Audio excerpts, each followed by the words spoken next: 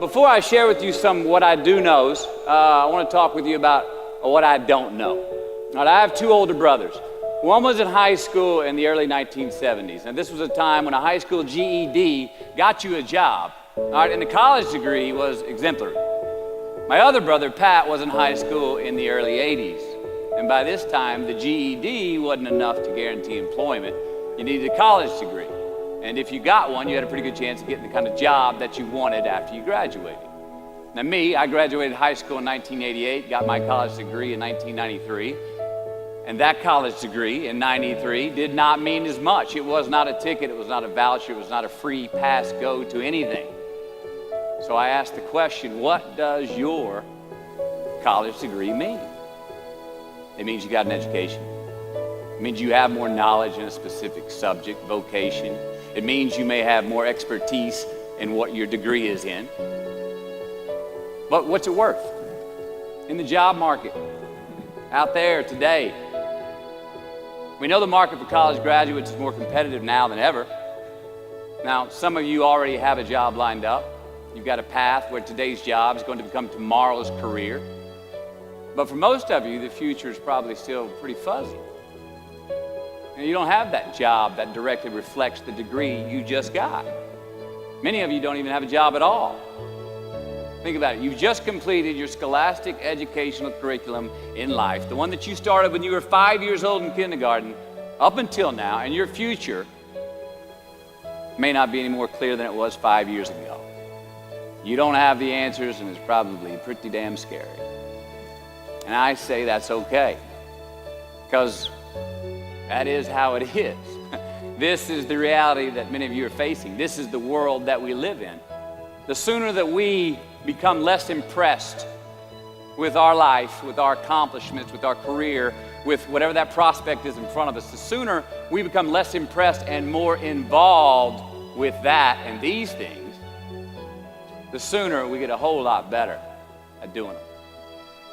So, I'm going to talk to you about some things I've learned in my journey. Most from experience, some of them I heard in passing, many of them I'm still practicing, but all of them I do believe are true. Now, they may be truths to me, but don't think that that makes them mine, because you cannot own a truth. So please think of these as signposts, approaches, paradigms that give some science to satisfaction.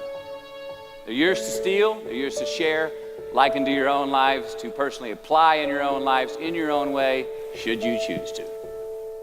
So, here we go. Number one, and this should come up on the Jumbotron. Life's not easy. Is it up there? Life is not easy. It is not. Don't try to make it that way. Life's not fair. It never was. It isn't now, and it won't ever be. Do not fall into the trap, the entitlement trap, of feeling like you're a victim. You are not. Get over it and get on with it. And yes, most things are more rewarding when you break a sweat to get them. Number two, I love this. Unbelievable is the stupidest word in the dictionary. Should never come out of our mouths. Think about it. To say, oh wow, what an unbelievable play. It was an unbelievable book, an unbelievable film, an unbelievable act of courage. Really?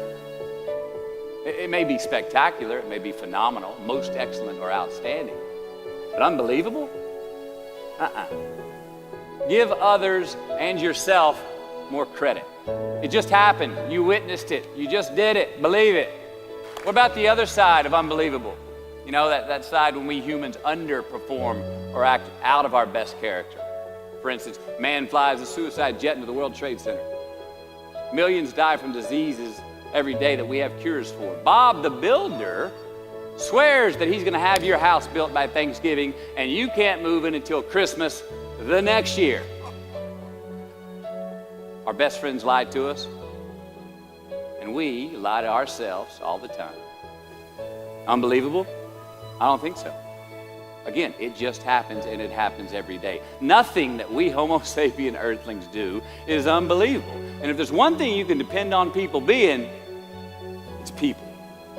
So we shouldn't be surprised. We, us, are the trickiest mammals walking the planet. I'm not worried about the monkeys. I'm worried about you and me. Happiness is an emotional response to an outcome. If I win, I will be happy. If I don't, I won't. It's an if-then, cause and effect, quid pro quo standard that we cannot sustain because we immediately raise it every time we attain it. You see, happiness demands a certain outcome. It is result reliant. And I say if happiness is what you're after, then you're going to be let down frequently and you're going to be unhappy much of your time. Joy, though, joy is a different thing. It's something else. Joy is not a choice. It's not a response to some result. It's a constant. Joy is the feeling that we have from doing what we are fashioned to do, no matter the outcome. Now, personally, as an actor, I started enjoying my work and literally being more happy when I stopped trying to make the daily labor a means to a certain end. For example, I need this film to be a box office success. You know, I need my performance to be acknowledged. I need the respect of my peers. All those are reasonable aspirations, but the truth is, as soon as the work, the daily making of the movie, the doing of the deed became the reward in itself for me, I got more box office, more accolades and respect than I ever had before. See, joy is always in process. It's under construction. It is in constant approach, alive and well in the doing of what we're fashioned to do and enjoying it. Number 4, define success for yourself. Now check this out. I'm in south of New Orleans a few years ago, and I went to a voodoo shop. And they had this wooden partition against the wall with these columns. And in these columns were all these vials of these magic potions, right? And the headings above each potion defining what they would give you were things like fertility, health, family, legal help, energy, forgiveness, money. Guess which column was empty? Money. Somebody please tell me where else you're gonna have this much fucking fun? Let's admit it. Money is king today. It's what makes the world go round. It is success. The more we have, the more successful we are, right? Now, I would argue that our cultural values have even been financialized. Humility is not in vogue anymore.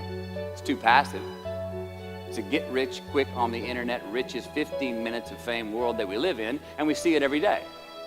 But we all want to succeed, right? So the question that we got to ask ourselves is what success is to us, what success is to you. Is it more money? That's fine. I got nothing against money. Maybe it's a healthy family. Maybe it's a happy marriage. Maybe it's to help others, to be famous, to be spiritually sound, to leave the world a little bit better place than you found it. Continue to ask yourself that question. Now, your answer may change over time, and that's fine. But do yourself this favor. Whatever your answer is, don't choose anything that will jeopardize your soul. Prioritize who you are, who you want to be, and don't spend time with anything that antagonizes your character. Don't drink the Kool-Aid, man. It tastes sweet, but you will get cavities tomorrow, all right? Life is not a popularity contest. Be brave, take the hill, but first answer that question, what's my hill? So, me, how do I define success for me, myself? Well, for me, it's a measurement of 5 things. We got fatherhood. We got being a good husband.